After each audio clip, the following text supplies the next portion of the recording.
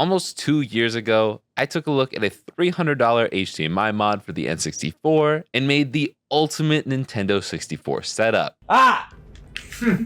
But as nice as all of that was, it cost a lot of money, and most people just want to play their N64 on their modern TV without this junk. So High Speed Ito, the company behind some of my favorite Game Boy mod kits, made a budget HDMI mod for the N64, and it only costs 40 bucks. Now, before some of you angry collector types come after me for cutting up a jungle green N64, this is an aftermarket shell, and it's actually a pretty high quality one. It's made by the same people who make the GameCube shells, and they cost as little as 30 bucks on AliExpress. Like with the aftermarket GameCube shells, you do need to reuse some of the parts from your original shell, like the springs, screws, and whatever these things are. But this new shell will make your console region free without having to cut out chunks of your shell. Because, fun fact, the only thing that prevents you from playing other games from other regions on the N64 are the notches in the back of the cartridges. But since this is a budget-friendly mod video, I would like to make it very clear that you do not need a new shell for this mod. They just come in a bunch of cool colors, and I thought I would mention it here at the beginning. In fact, you will have to trim the shell for the mini HDMI port no matter what. I really wish there was a cutout for these on the aftermarket shells, but no, you will be cutting and sanding both the new and original shells. While it can take a little time to make it just right, this is far from the hardest part of this mod. Warning, skill issue alert. In all seriousness, this is not a beginner-friendly mod. You will be soldering a ribbon cable directly to the pins of the CPU. It's not the hardest mod I've done, but it's definitely not the easiest. I would recommend that you feel fairly confident in your soldering skills before you attempt this. While I didn't need to bust out the microscope for this one, these pins are tiny and close together. Bridging will happen pretty easily, and the CPU is probably one of the last places you want to bridge some pins. With the difficulty level being this high, a lot of you probably won't want to take a stab at this, which is totally understandable. So that's why I decided to do this to 10 more N64s to sell to you on my website, retroremastered.com. I did one in every color of the aftermarket shell that is currently offered. This is just a test run, but if these do sell well, I will be adding HDMI modded N64s to the regular rotation alongside Game Boys and GameCubes. So if you really want an HDMI modded N64 but you're too scared to do it yourself, go grab one from my website right now,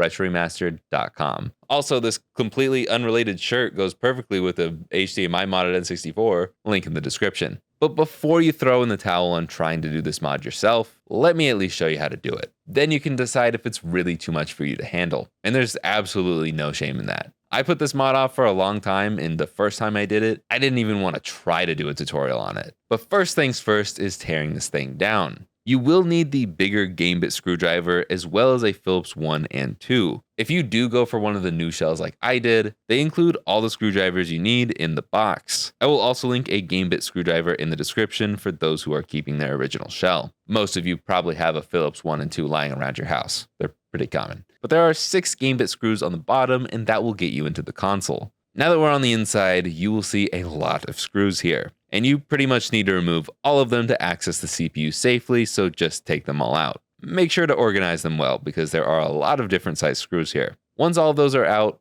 we can remove the shielding and just take out the whole motherboard. Now is the time that I recommend cleaning the shell if you're reusing it, and if you're swapping the shells like me, put these things in the bottom of the new shell before you forget. But it's not that big of a deal if you don't, since it's really only used for the 64DD that almost no one has. You can also disassemble the top half and transfer the springs over to finish the top half of the new shell. All of these pieces only go in one way and are pretty self-explanatory. Next, I did the trimming for the HDMI port. It goes directly underneath the AV port, and you can just place this board in its spot so you can mark directly where you need to make your incision. You can use any combination of craft knives, flush cutters, files, or even a Dremel to cut out the hole. I recommend grabbing some files like these. I will also link these down below. And this part is also pretty straightforward. Just take your time sanding it down, and you can always check to see if it fits by loosely fitting it in until you're satisfied, and it looks something like this. If you are using an original shell, you might need to do a little extra trimming to fit the board in like it shows on this diagram currently on screen. Now it's time for the hard part.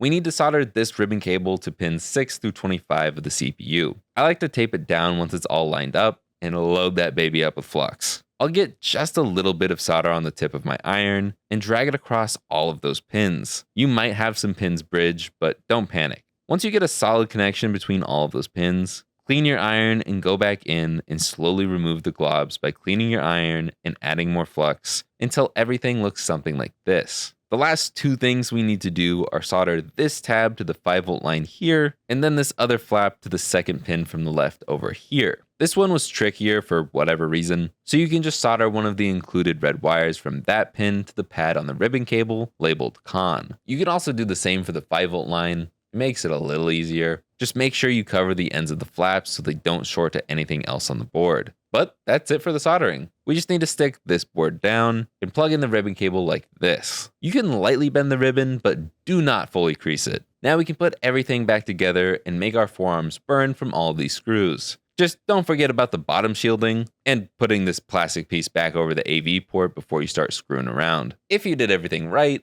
you should be able to plug it in and see your N64 games in 720p on the big screen. And if you press and hold Start A and B, you can access the mod settings menu. It's not much, but you do have a few color options and screen ratios to choose from. Just don't expect too much because this is a budget model. If you need a little more help, there is an extended cut of the tutorial up on the second channel, Jake64, live right now. I'll have that video linked in the description as well as at the end in the cards. Obviously, I think this is a great mod if I'm already selling them.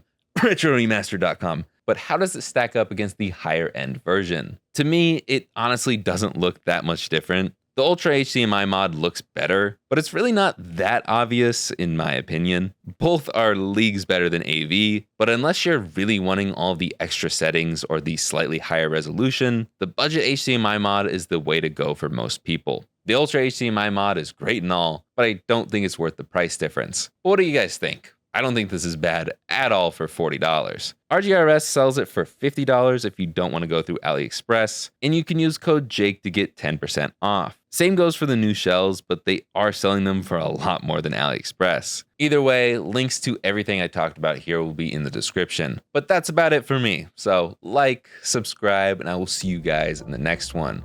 Later, guys.